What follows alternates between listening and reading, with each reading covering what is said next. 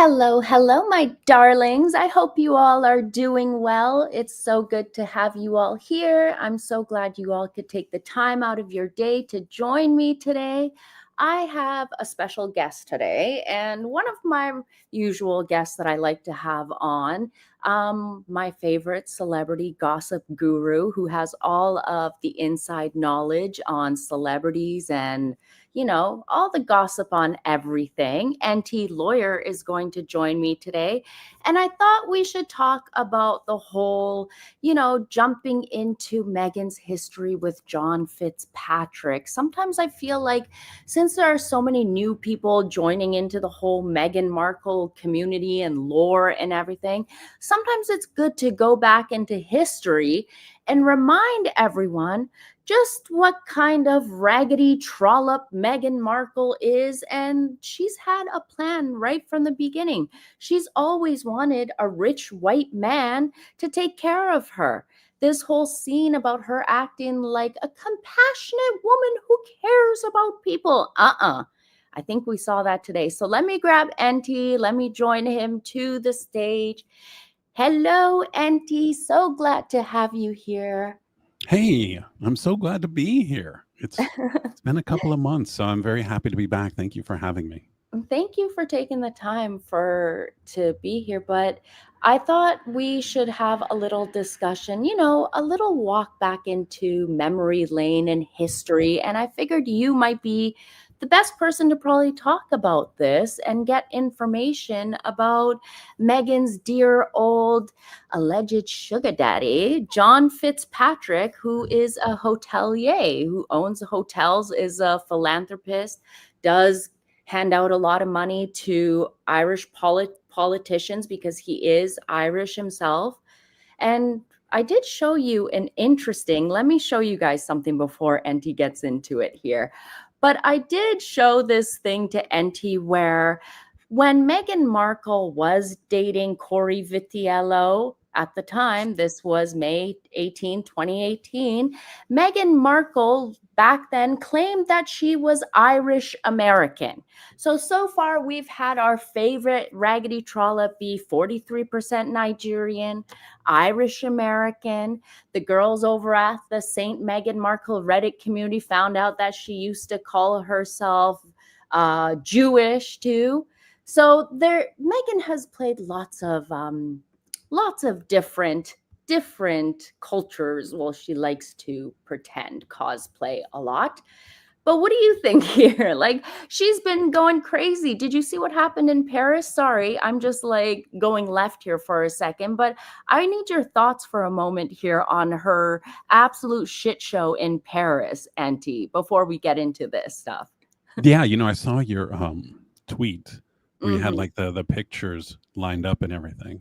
Mm-hmm. And I think that, to take that particular shot and is just kind of crazy. The whole look, I think that as soon as she showed up at Paris, we're like, okay, is she gonna do some kind of drive? Is she gonna try and pull a Diana? Right? Is Mm-hmm. she cosplaying as her mother-in-law? And there she is, going right past the tunnel that killed her mother-in-law in the dark, by the way. Mm-hmm. And just what is the point of this? Is it to remind everybody about Diana? Is it to trigger Prince Harry? What exactly is the reason? I did figure out finally why she's staying at the Ritz rather than Mm-hmm. somewhere else.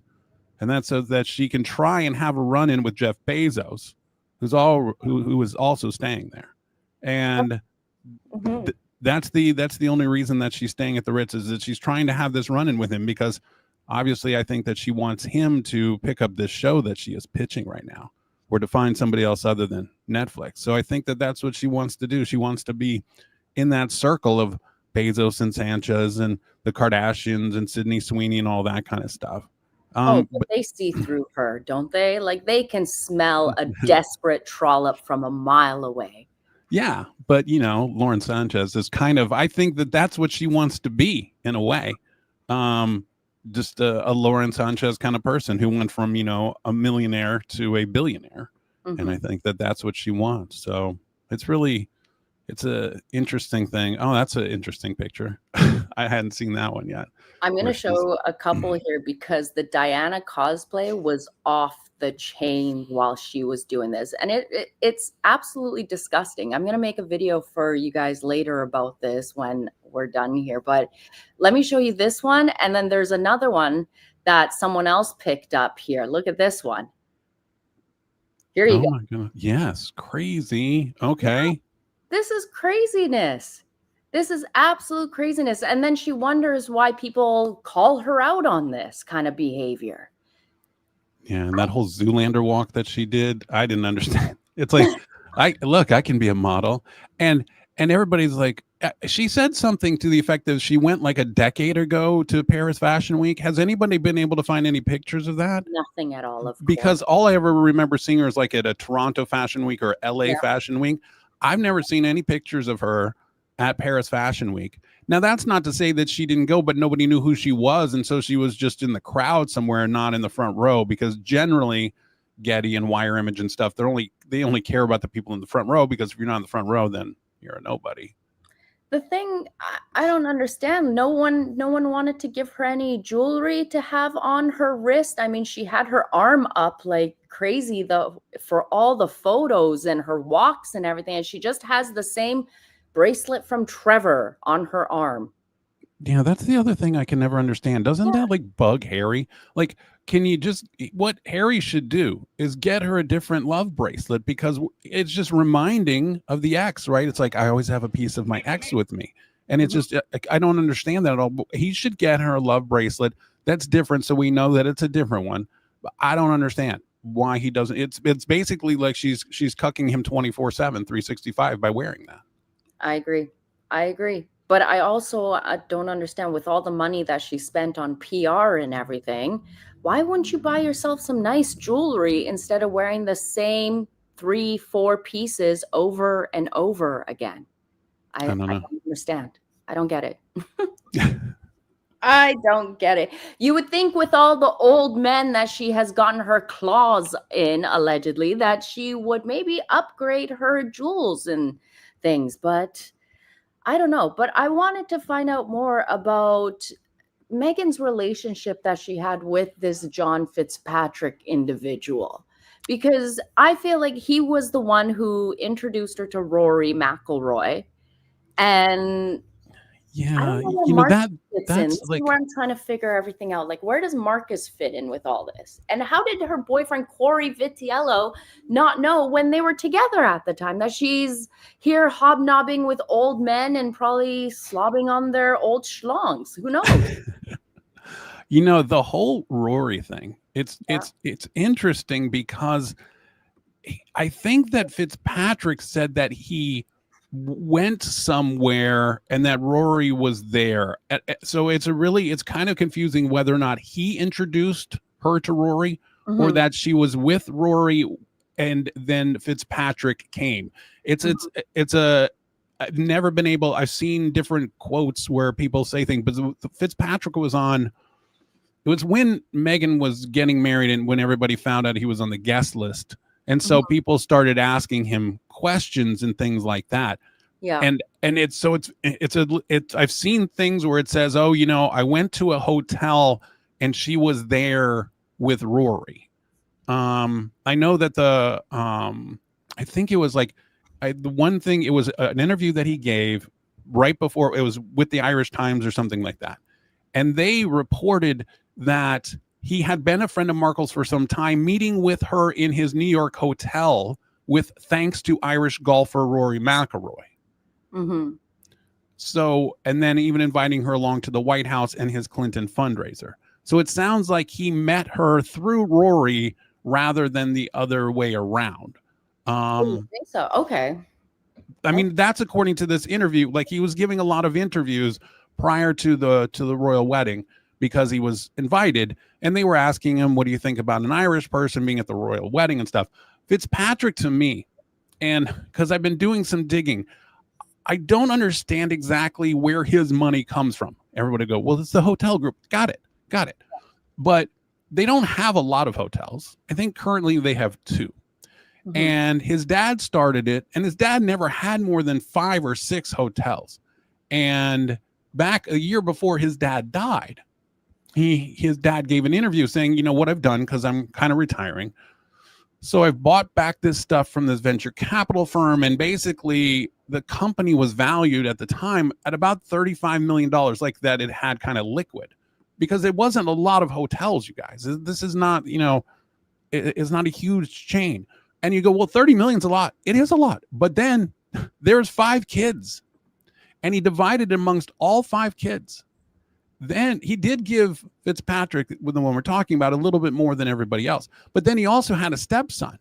So he's not going to screw over his wife's kid. So that kid probably got some. I think that Fitzpatrick's money is a little bit shady. Mm-hmm. And I think, and this is just my theory, that it has, there are some pictures of Fitzpatrick with Bill Clinton. And it's from 2018, I want to say.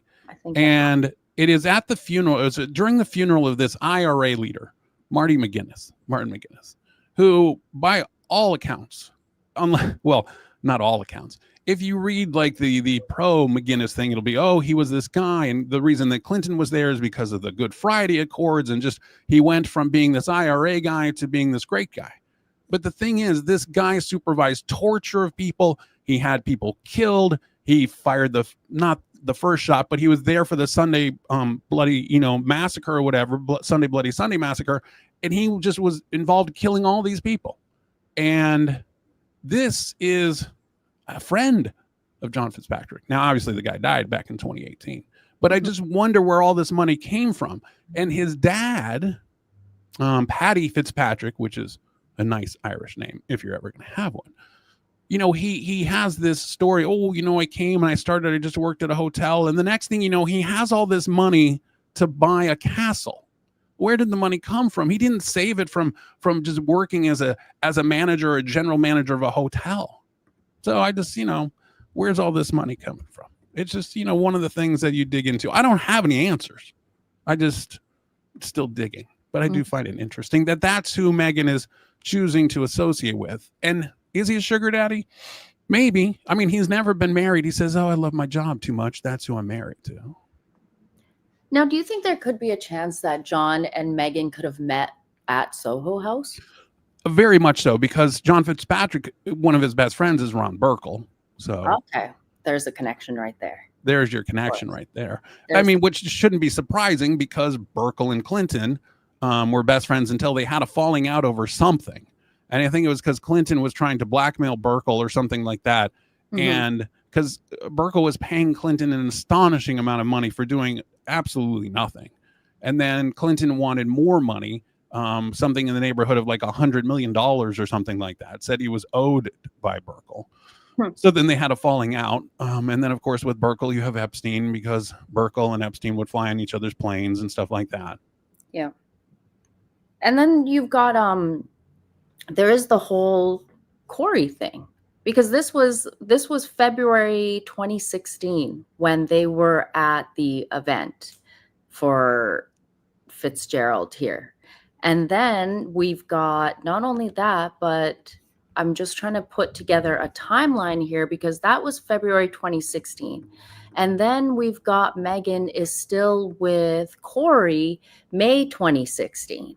And then the story is that Meghan and Harry met, actually, like she made the moves to get his number in May 2016 when he was at the Toronto Invictus Games, and he was allegedly catering. The story is that he was catering the dinner that they were hosting.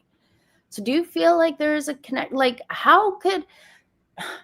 She's just a trollop. That's it. How, like, I don't get it. Like, you're with this guy in like May and February, and then well, I mean, they've always claimed that they didn't meet until July 2016, right? My theory is that they actually met in April of 2015. That's 2015. My theory. Yeah, my guess, this is just, again, that Meghan and Marcus and Charles and Harry had all met at the opening of Soho House's location in Istanbul. Yeah. Okay. And that opened in April of 2015. And if you recall, the Royals tour schedule reflected that they visited Istanbul April 24th and 25th in 2015. Mhm. And it's alleged that Marcus reached out and invited them to the Soho grand opening. And that Harry and Meghan didn't know each other at the time, but were introduced to each other, which would make sense. And they may have lied about this to keep the entire meeting quiet. Maybe they didn't like each other. Maybe she was involved with somebody else, whatever. But by July of 2016, caught him on a vulnerable day, feelings changed. So that's, a possibility. I kind of lean towards that. I mean, it's a big coincidence that she was at the Istanbul grand opening. The royals are in town, okay. I mean, she was there. She hung out with Eddie Redmayne. Yeah. So, well, the friends allege that there was always the story that the friends always said, don't marry this, because they all basically, she was, well, in my terms, the town bike, and everyone got a ride. And they gave Harry the warning. They was saying, there was a story that I read where his friends were even surprised that Meghan Markle is who Harry was dating, because everyone's been with her. Yeah, it was, and why? It's just kind of like, why would you do that? And at the time also, it was when she was married, and she was always looking for the step up, because if you think about when she was with Trevor, right? Then all of a sudden she leaves. When she and Trevor split, she basically tried to get with that Michael Del Zotto guy, or at least wanted everybody to think that she was with him. He's this hockey player who played for the New York Rangers, but he was really good friends with Rick Hoffman, who was on Suits. And so Michael and Rick would hang out all the time. And then one time, Meghan tags along, and there's photos taken of them. And all of a sudden, Michael says, I got people following me and stuff saying, oh, well, you're dating her and stuff like that. He goes, no, I'm not dating her. And then he said, just be careful of who your friends are, because he felt like she set him up to make it look like they were dating. And then after that was 2013 or so. And then 2014 was the whole ice bucket challenge with Rory. So that's kind of before she, I think, would have met, Fitzpatrick. So I kind of lean towards the thing that Rory introduced her to Fitzpatrick. Now, that's not to say that after she meets him, she goes, oh, well, yeah, you can be my sugar daddy. Right. But then while you got that going on, then she gets with Corey. So she is, like you said, just biking with everybody. Just ba-boom, ba-boom, ba-boom, ba-boom, ba-boom. It's very, very interesting. Now, Margie has an interesting question here. She says, do you think that John Fitzpatrick is the money behind Meghan? She's read that he has IRA connections and that the IRA opposes the monarchy. Because a lot of people are wondering, how is Meghan getting the money to, fly around? She doesn't have any deals with Netflix. She's not working or anything. People are wondering who's backing her, who is using her basically to get their message out and to use her as the pawn basically to do what they want. What do you think? Yeah. Well, I mean, I think first of all, it's a really good question. And that's kind of what I told you. I've been digging around to this whole Marty McGuinness thing. It's just weird that Fitzpatrick and Clinton, they were hanging out a lot that, during the funeral. And it's all come to light about McGuinness. And he was very much anti-royals. So that would seem to me, at least, that Fitzpatrick is also anti-royal. And the fact that the Irish Times or whatever, in that interview where I was talking about, where and I think it's the same interview where you've been using the picture with the Liam Neeson. I think that's the same interview, by the way.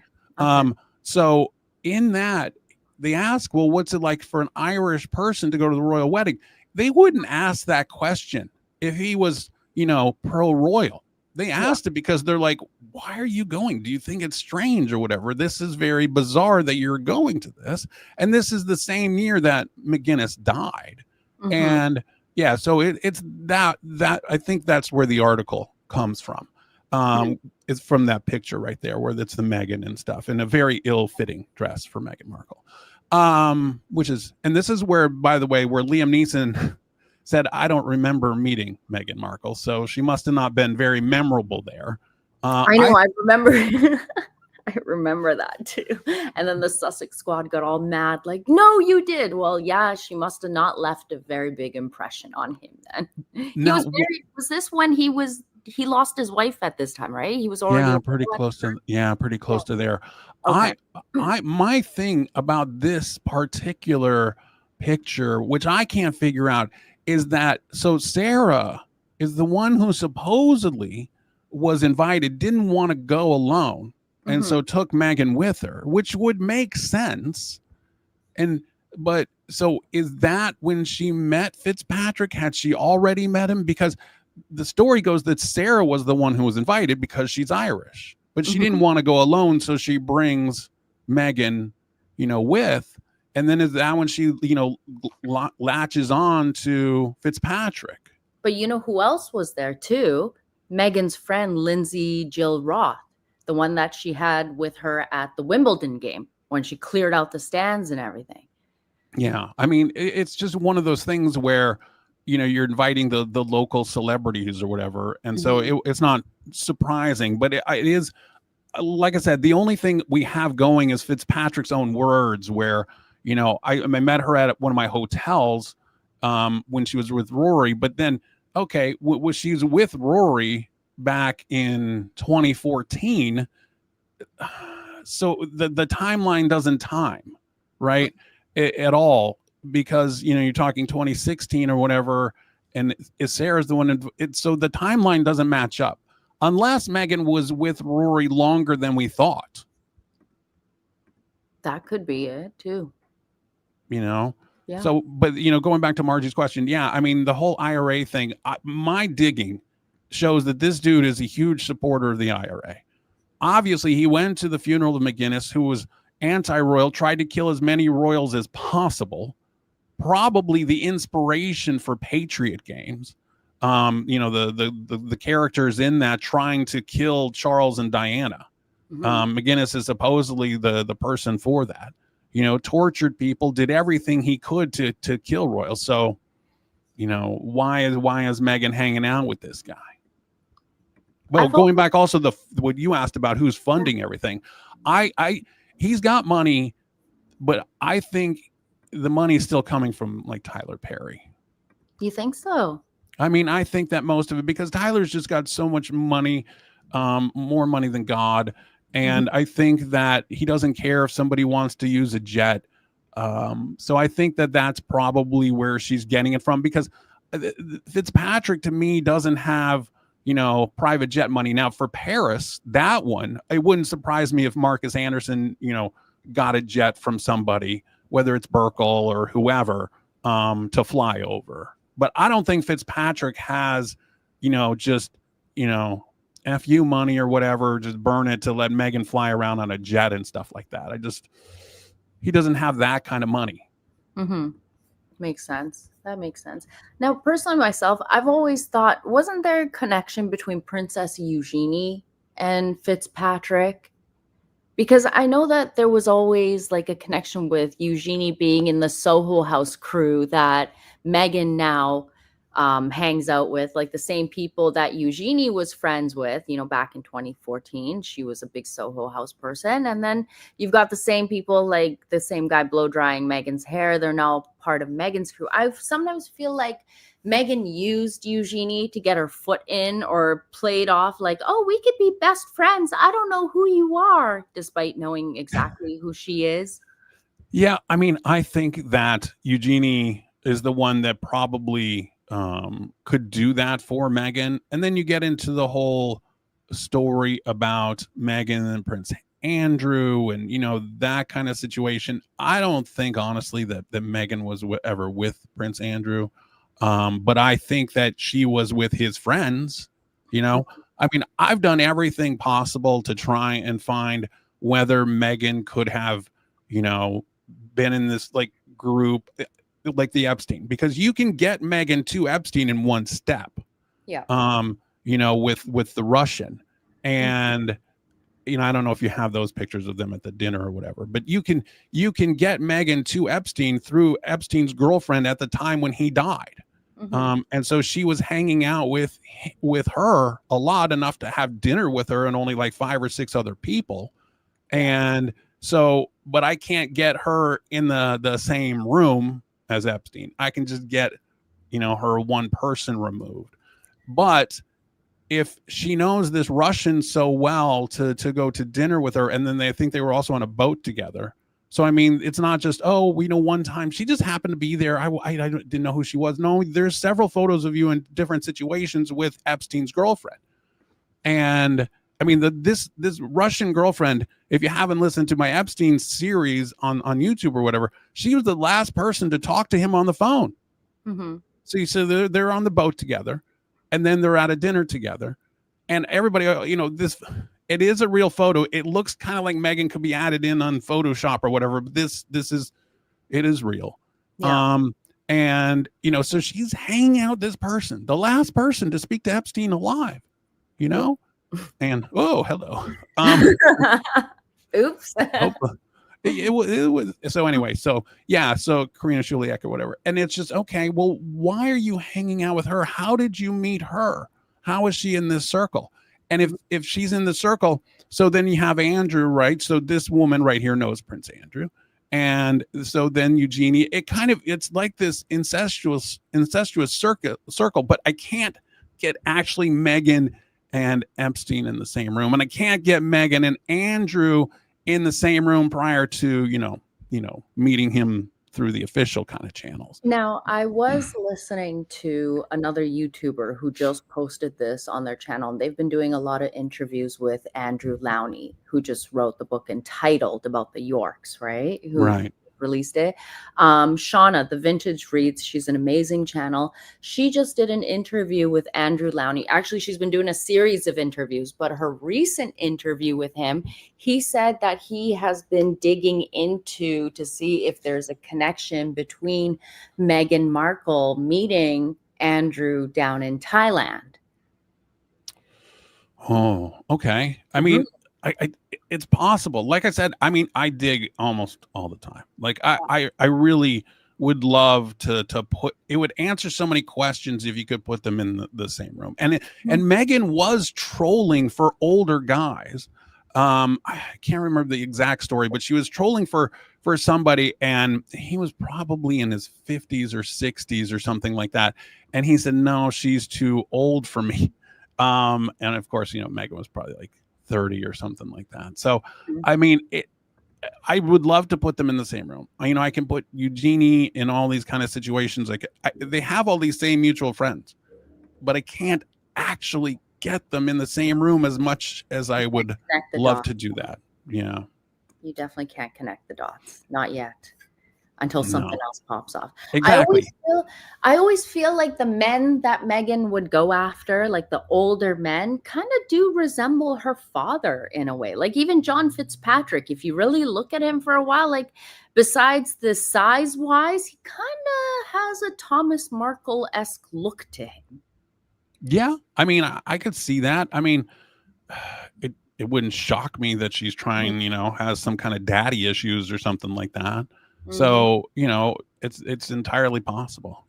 I'm just looking up. Someone did mention Meghan Markle being the only person from the Suits cast traveling to China at the same time that Andrew was there also.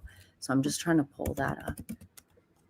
I always like when you're like doing on the thing like that. Whereas, yeah, it reminds me of like some meme where, somebody's just doing all that kind of stuff. While you do that, I know that you would ask me, and this is going to take a left turn, but I just want to do it since I, looked it up. It's about the whole Invictus and the economic impact to Vancouver. Because I was asking you about that too. Yeah. So look, when you look at Invictus, and they say, oh, this is the economic impact that the games had on Vancouver. This is by their own numbers, their own reporting. It's not reporting that was done by an independent third party or anything like that. So then what is the obvious comparison where we know somebody did an economic impact for the city? And that's when Taylor Swift went there. Okay. Yeah. So Taylor, let me give you Invictus numbers. They said, first of all, that there was an overall economic activity in British Columbia of $86 million, for something that nobody went to other than the Katy Perry concert, right? Mhm. Other than that, nobody really went. And they said that they had 5,000 out of town visitors. 5,000. That's their own words, not anybody else's. 5,000. They also said they created 434 jobs that were with $36.5 million in associated salaries and wages. Well, I said, that seems like a lot of money for 434 jobs, which were not full time, by the way. How long did the Invictus Games last? If you divide $36.5 million by 434 jobs, that's an average salary of $85,000. For what? Like, these were not full-time jobs. But anyway, the top line figure, $86 million from 5,000 out-of-town visitors. So Taylor Swift, this is according to Destination Vancouver. It's according to the BC Pavilion Corporation. So these are third parties. And they said that the 3 shows in Vancouver was $157 million. So you're saying that Invictus was half as much as that? I don't think so, because they had 82,000 plus room nights booked for the 3 nights. Okay, so that's almost 30,000 people from out of town if they're staying the whole 3 nights. Remember, we only had 5,000 from Invictus, but somehow those 5,000 people came within 50% of Taylor Swift. To put this in perspective, the restaurant spend by all of these Taylor Swift people exceeded the impact of the 2010 Winter Olympics. Okay, so it was $25 million they spent $25 million for each of the 3 days in restaurants. So there was $75 million according to the BC Restaurant and Food Services Association. So everything that Invictus Games, they just lie and lie and lie and lie. You know, they just want to make it seem like, oh my God, the entire world, look what we did for all these people. But just like their charities and all that stuff, it's just smoke and mirrors. It's just them literally making up crap. And if you look at the 434 jobs, 36.5 million, 85,000, and these people maybe work 2 weeks, get me in on that job. Yeah. Give me 8 days of work and I can just make a ton of money. That's it. Yeah, I didn't believe it because I have the Invictus Games. They, on their website, they do have their impact report, right? And just the first paragraph alone, when I read it, it made no sense. It made no sense. It says here, the final report on the Invictus Games Vancouver Whistler 2025 presented by ATCO and Boeing has been released and showcases the inspiration of competitors and their supporters' legacies, including $5.5 million to continue supporting serving members and veterans, at $63.2 million balanced budget and $81.1 million in overall economic impact, historic first and global exposure as the defining outcomes of the 7th and first ever hybrid edition of the Invictus Games. Those numbers don't make sense because you didn't see when you looked at the games from the footages, it was empty in the stands. They moved people to like one side of the arena and would get footage from there to make it appear like it was a full house. So where did all the money go? Because this is $63.2 million. It was supposed to be $30 million from the government of Canada. And it was actually $15 million of it was from the Veterans Affairs Canada. You should have just held on to that money and gave it to the veterans instead of spending it on this crap. Yeah, so 2 things. Look at the screenshot you have up. Yeah. So you have 534 Invictus Games competitors. Yeah. Okay, so 534. So let's figure that each person is going to bring 2 people with them, like, you know, whoever. So that's 1,000 people. Okay, that's it. How many people are flying in from out of town to go see it? Probably not very many at all. So the whole 5,000 thing doesn't make sense. But one of the things that they don't have on there is that, so they said that they got this True Patriot Love Foundation funding of $63.2 million. Yeah.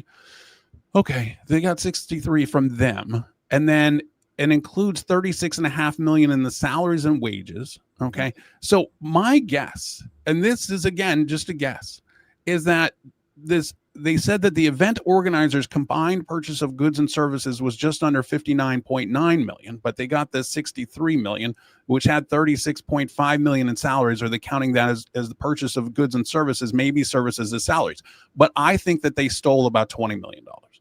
That's my guess. Because again, 434 jobs, 36.5 million.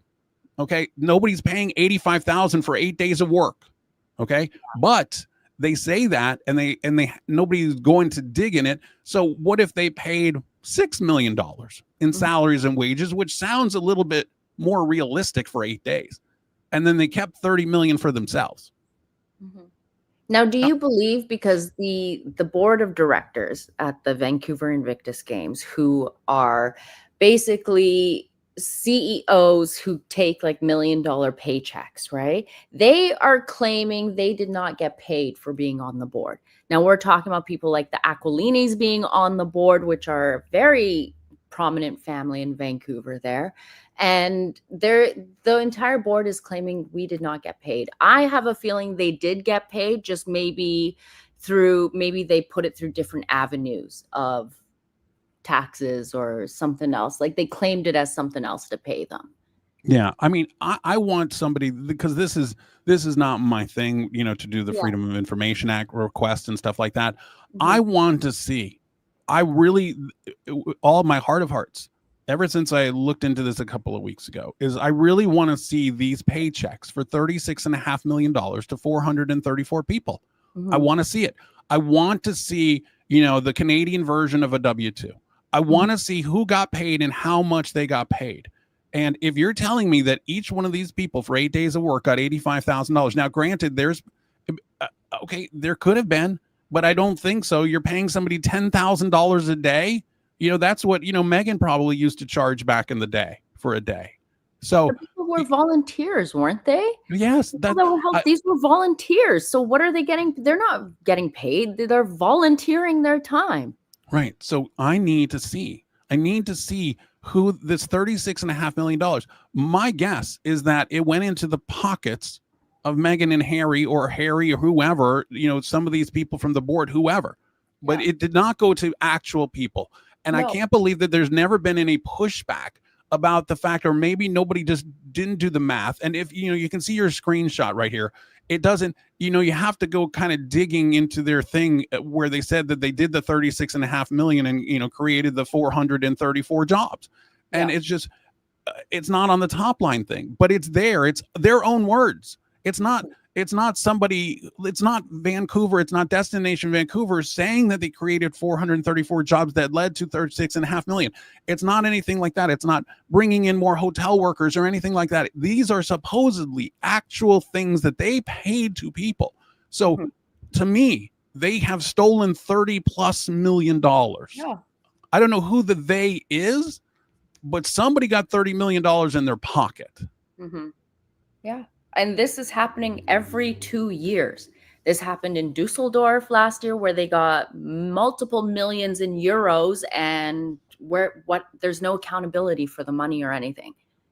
This is happening every 2 years, where Harry and Meghan are basically using Invictus Games, collecting millions of dollars, and there's no accountability or any kind of accounting to be shown how this money is being spent, where it's going.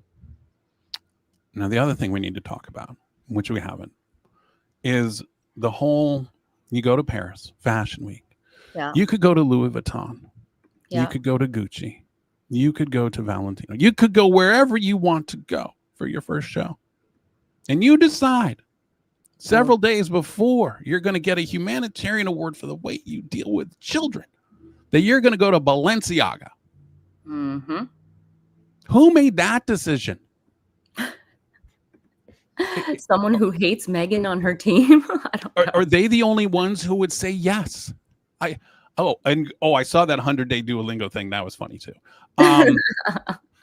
Where I do Duolingo every single day, and then she's advertising the 100-day streak or whatever. Like, can you, Meghan, like in France with her Duolingo? Okay, Duolingo's fun. And look, it's great that the company antagonizes the hell out of you if you don't show up for a lesson or whatever.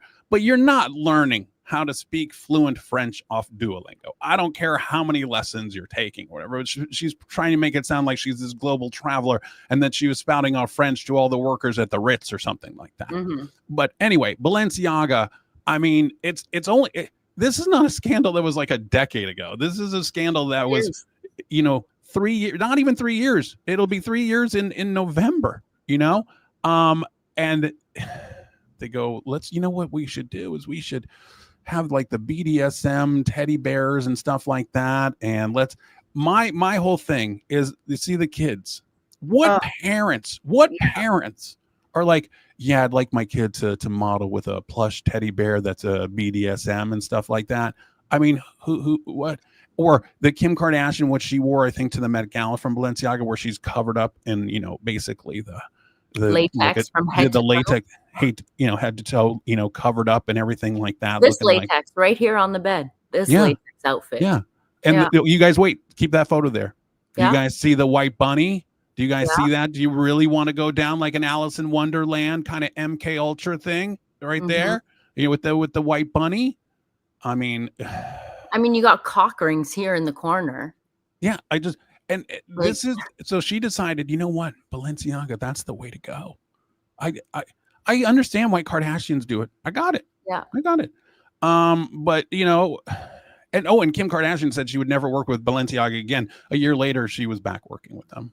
It's all performative. But so mom, are you on the set with your child while she's holding a BDSM teddy bear? And you go, honey, you look so good. Just like,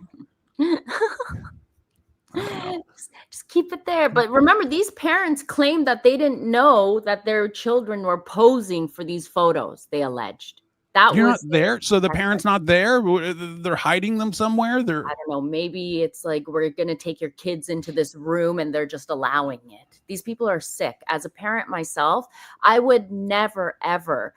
Let me say this thing, okay? When my little one was born, I was like, okay, I can be like a little mommy influencer. And I got lots of emails from like companies like, oh, we'll send you clothes, just put on your kid and put pictures.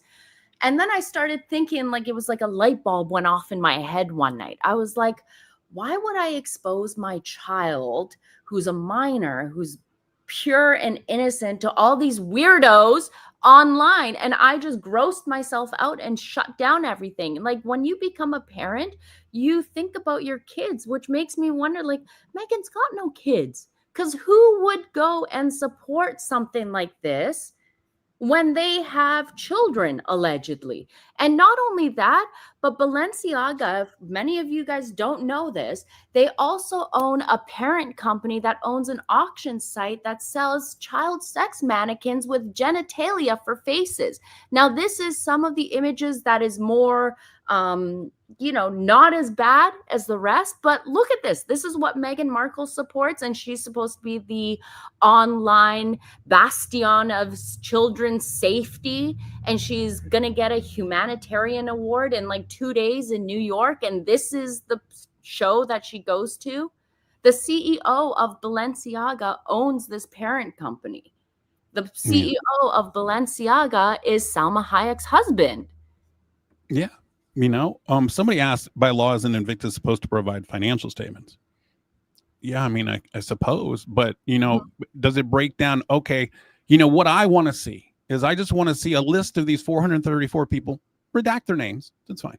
I want to see the 434 people and their paychecks, right? And I want to see that they actually submitted that stuff to the relevant tax authorities in Canada, right?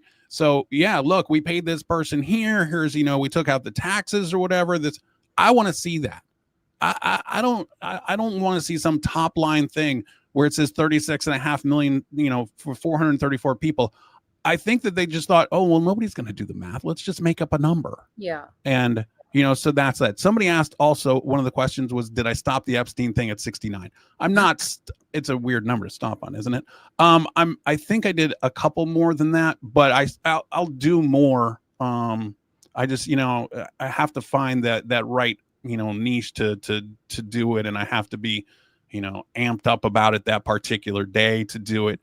Sometimes other things get in my head. I go, oh, I'd really like to write about the real Prince Harry thing or something like that. And whether or not he was killed, by the way, in Ireland, right? Bringing it back to Fitzpatrick. So, so that kind of thing. So sometimes I'll get off on a different track, or Nicole Kidman and Keith Urban and all the affairs or something like that. So. Oh, there's so much going on right now. There's just so much. So it's so crazy being it, like, I guess for you being a celebrity gossip blogger, or like the inside guru of celebrity gossip. I guess like you go through lulls, right? Where there's nothing. And then all of a sudden everything just hits the fan at once. It's crazy. Yeah. You're just like, oh my God, how much? And it's just like with a fire hose sometimes, Yeah. So I think that for the last few minutes, I have a couple questions here that the audience wants to ask, if you don't mind. I mean, we're at 46 minutes. Do you have a few minutes to ask a few questions? I always have minutes. Always. That's very sweet of you. Thank you. So Koala wants to know, how does a person know they are the recipient of someone's generosity? Like Meghan receiving the generosity. I'm not gonna. My brain's gonna like that. Never mind. How does the person know the recipient of someone's generosity? Are we talking about like yachting or whatever? But look, here's the thing with yachting and stuff. There's various degrees. Okay, you can go straight up to a person on a street corner or whatever and say, and they'll go, how much? And you can tell by what they're wearing, and you say $20 or something like that. Okay, so that's one way. If you go back and you look at the things with when I've talked about Meghan before and this gray line, it's never a straight up pay for play. I mean, was there money exchange? Yes. But was it a straight up pay for play? Is it a situation where, hey, we go out and the next day somebody buys me a love bracelet? Okay. So that's a transaction of a different kind. Right. And then there's our transactions, like straight up, it's a sugar daddy relationship kind of thing where, hey, I'm just going to help you pay your bills every month. Here's 10,000 for the month or 20,000 for the month or something like that. Right. I just want to help pay your bills. But it's implied, it's understood that you're going to need to be with me, and you're going to need to be with me probably sexually. And me alone, perhaps, or this $20,000 or whatever is going to be cut off. Yeah. And after a while, you get tired of playing that game. So then you try and find somebody and just secure the bag. So you go to your friend Marcus and you go, Marcus, can you introduce me to, say, like Rory McIlroy? Can you introduce me to Ashley Cole? Right? Can you introduce me to somebody who's rich, as she said, and because you want to get married to that person, so that way, and hopefully get pregnant or whatever. So then you don't have to keep trying to find somebody month to month to month, or 6 months to 6 months, or whatever. Do you think that Meghan is trying to look for someone richer than Harry right now to land and try and get out of that situation then? Yeah, I think so. But I think she, as I've always said, she's always wanted to, first of all, just have her own money. We've talked about it many times about inheritance. Yeah. She can't get any of that stuff, right?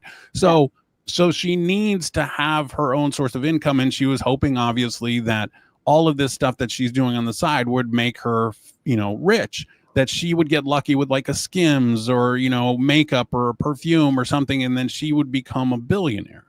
But now that's kind of going by the wayside. Yeah. And you guys, she's older. So now she's going to have to go out with like a 70-year-old, or something like that. So who's going to, when I see photos of her at the Paris Fashion Week with Marcus, with Daniel, with the older men from her past life, it's like, you didn't elevate anything about yourself, Miss. I want to elevate everything. You're back in the same position you started. Hanging out with the same old losers you were with back in the day when you were trying to climb up the greasy ladder. Yeah, I mean, it's like we've gone back in time a decade. Yeah. Right? We're back to the starting point. Yeah, 2015, 2016. That's exactly where she is. She's the same kind of thing. Because somebody, with the exception of, say, maybe Bezos, and I think that the reason he's with Lauren Sanchez is because Lauren's willing to do absolutely anything or anyone. Yeah. So, and that accounts for, a lot, is that, let's look at Scooter Braun with Sydney Sweeney, right? Look how, is Scooter going to go with somebody 2 decades older, in a Meghan Markle and all the problems that is going to be associated with that? Yeah. Or is he going to find the 25-year-old who, is going to give him a good time for a while, has her own money to some extent, actually, so is not going to be, leeching off of him or anything like that. And that's who he wants to be seen with. So Meghan, okay, let's say she wants a billionaire. Okay, well, the billionaire is going to have to be in his 70s, right? And is that something that she wants to do? No, I think she's gonna have to go full Anna Nicole and get like a guy in his 90s about to have him put in the grave. That's what she's gonna need. Even a man in his 70s, I don't think would put up with Meghan's bullshit. Right. So do you think Invictus turned shady since Torkel married Harry? I think it was since Harry, because the thing is it's the grift. Harry, okay, before Harry met Meghan, Harry was getting all his bills paid for by dad, right? So Harry didn't need to steal from anybody. And if you recall back in the day when it started, William was involved too, right? He was happy to be doing it. So it's a Meghan thing. It's a grift. It's expensive to grift. You have to keep having that money coming in and coming in and coming in and coming in, because it's going out just as fast, because you're spending it to keep up appearances and things. So, okay, so maybe Meghan paid for a jet. Okay, well, if I'm paying for a jet to Paris or something like that, I got to get some more money. Now, I don't think that she actually paid for the jet. I think my theory that I developed in my head while I was talking to you about that it came from Marcus probably getting Burkle or somebody paying for the jet. Yeah. But in return, what's she having to do for that?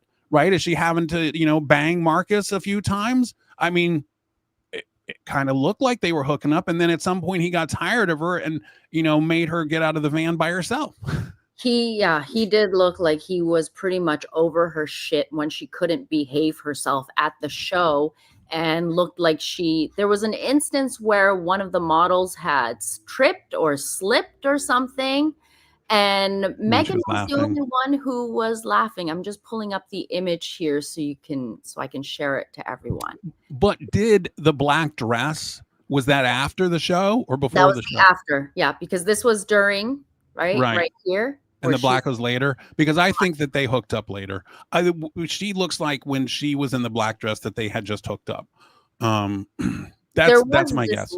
There was this look she gave, because I feel like the camera catches everything, right? I feel like she was posing for the cameras, but for a moment here, she was giving him that come hither look, but he didn't seem too interested. He just seemed like he was tired of her at this point. Yeah, because they'd already had sex.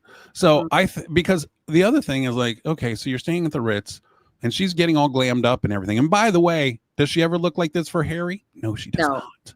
No. Does she ever get made up like that for Harry? No, she does not. Not anymore. Not anymore at all, ever. She'll wear that white, atrocious thing that she wore to, the show, but she doesn't get dressed up like that in the black and get her hair and makeup and everything like that done. So she's staying at the Ritz and does, Marcus calls over, are you dressed yet? You ready to go? No, he was there, so. Do you think they stayed in the same room? No, I don't think that they stayed in the same room, because I think that actually would get out. Okay. You think so? Okay. Yeah. I think we should, let's ask this question and then we'll end on here. We'll just have fun with this one. So Opinion asked, do you think that the mainstream media will ever call out the fact that Meghan was never pregnant? Do you think we're slowly getting there, inching towards that? I mean, they are now calling out the fact that she did the stunt drive past and to act like Diana and everything. She is getting dragged all over social. I saw Fox News even on TV was talking about it. Like, it is a bad look. But do you think that maybe one day she'll get called out for her pregnancy, non-pregnancy? That's a you thing, that's a you thing. I do have a question though about 2013. There's a picture of her out wearing a black dress. Yeah. And she looks pregnant. I know which one you're talking. Let me grab it. She looks pregnant. She looks more pregnant in that 2013 photo than she ever did in the others. Lately my head has been wrapped around the fact about because of Nicole Kidman and Keith Urban, and everybody always says that she gave birth to the first child, Sunday Rose. And I don't think that she actually did. I think her sister carried the baby, but which is even freakier because Nicole Kidman, by the way, face of Balenciaga. Nicole Kidman's dad, of course, has always been accused of running, a sex ring for underage people. Mhm. And that, and this is a straight up fact, is that her dad, who passed away a few years ago, was a licensed psychiatrist, okay? Not an OBGYN, but did deliver his other daughter's children. And the rumor was that he was going to deliver Nicole's child too. And then everybody freaked out about that. So they said no. But anyway, did you find the picture? Because 2013. I'm looking, but you know what? A lot of stuff has been scrubbed, right? Was it Yeah. 2013 for that? I think it was 2013. And anyway, it was at Global Gift London, if that helps. 2013 Global Gift London. And that's, she looks pregnant, especially if you look at the side photos, more so than I think that she ever did when she was supposedly pregnant with. Here we go. There's one here. Let me get the one that she's posing with the guy. Yeah.